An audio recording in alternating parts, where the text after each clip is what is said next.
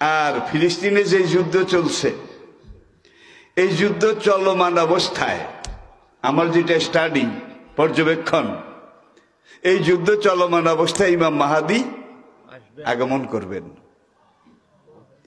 ইমাম মাহাদির আগমন করার 9 বছর পরে ঈসা আলাইহিস সালাম দুনিয়াতে আসবেন। ঈসা আলাইহিস সালাম দুনিয়াতে আসার 2 বছর আগে, ইমাম মাহাদি আসার 7 বছর পরে দাজ্জাল পৃথিবীতে আসবে। অধিকাংশ ইসলামী বিশেষজ্ঞের মত, দাজ্জাল তার জন্ম হয়ে গেছে ইসরায়েলে। মুসলিম শরীফের তামিমে দারি রাদিয়াল্লাহু তাআলা আনহুর হাদিস,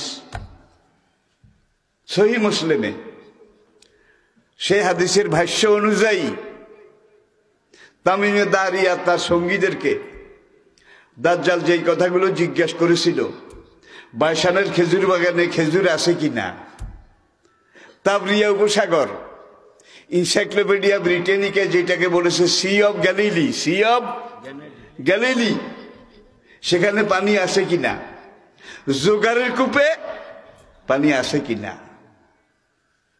ঠিক একই হাদিসের শেষ দিকে নবী বলেছেন, ফজরের নামাজের আজান হবে, সিরিয়ার পূর্ব দিকে একটা শহর হবে, শহরটার নাম হবে গৌতা। গৌতা, গাইন ওয়া ও তোয়া গুলতে, গৌতা।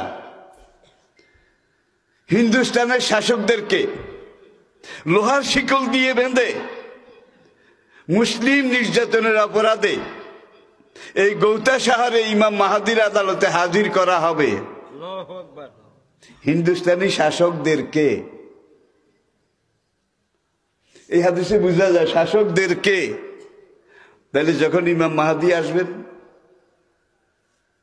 তখন ভারত 1 ভাগ হবে না, অনেক ভাগ হবে।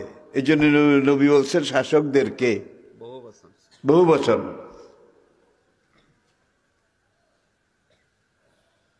তেল আবিব ইসরায়েলের রাজধানী,